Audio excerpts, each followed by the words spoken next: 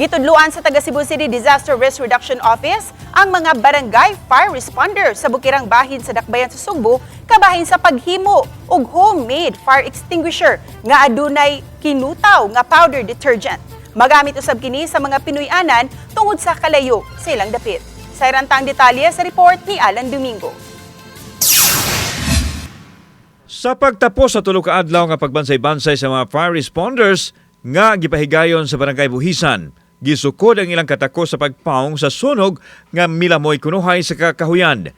Systematic ang ilahang paglihok gikan sa pagdawat sa fire alarm hangtod na sa pagresponde nila ngadto sa fire scene. Tungod kay dili masudlan sa fire truck gigamit mano-mano ang ilahang pagpaong sa kayo, gamit usab ang chainsaw, rake ug ubang kahimanan nga makapahawan sa agianan ug pagkaykay sa mga laya nga dahon nga misilaob. Ang mga preskong dahon sa mga naputol nga kahoy mausab ang ilang ilambos sa mga dahong laya nga nasunog. Pamaagi kini sa Cebu City Disaster Risk Reduction and Management Council sa dali nga pagresponde sa mga ingon ini nga alarma sa bukid.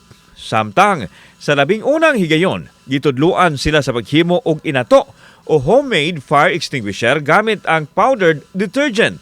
Mugna kini sa Pangulo sa CCDRRMO Anderson Kumar kinsa Pangulo usab kanhi sa BFP. Kinato nakita karon mo ni ang mga empty fire extinguisher, inay di naman paslan ilan ning gi-improvise aron magamit pambalay, no? Gamit ang mga powder detergent ug ban pa mga chemicals aron magamit simbakulang kun dunay sunog nga motumaw. Unang ibutangan og kanyuto ang Y-sod nga mga tangke sa fire extinguisher og gisudlan og kinutaw nga powdered detergent o sabong panglaba. Dayon gibutangan og pressure o hangin. Gawas sa sabon, nagamit usab sila og liquid foam agent nga mao'y gi-refill sa tangke.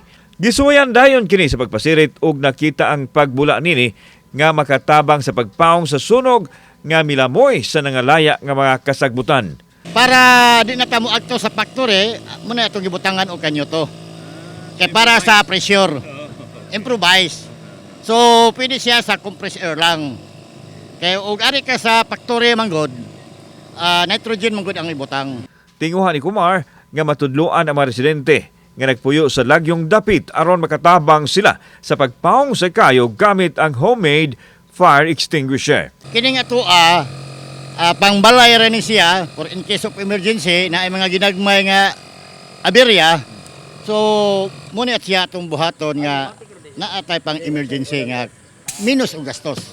Gihangob sa mga opisyal sa Bukirang Barangay ang inato nga pamaagi sa pagpaong kung ugaling at dunay sunog nga muulbo ilabi na sa ilang lugar diin tuyoon ug lisod-sudlon sa mga fire trucks. Kading responder na to para gyud ma-address na to ang problema sa sunog or kung na may sunog at least kamao sila kung saon nila pag-disperse, kung saon nila pagpatay sa kayo. Dako kog pasalamat ani nga training because ang pamutan usa na siya nga nakasuway mi aning grass fire. Unya tungod ni ini nakita jud nako nga kaning akong mga responder andam na gyud og tagana. Samtang matud ni Ramil Ayuman ang chairman sa CCDRRMC nga unang kining proactive measures nga ilang himuon alang sa tinguha nilang zero fire incident sa kasagbutan ug kakahuyan sa kabukiran. Next week lain na sad nga cluster barangay sa Tap-Tap and then last na gyud ato sa Pulang Bato. But kaning Buhisan, Pamutan sa Pangdako og Tuong next week maghimo mi among deployment plan. Kauban si Clover Lumayag, ako si Alan Domingo. Balitang Bisdak.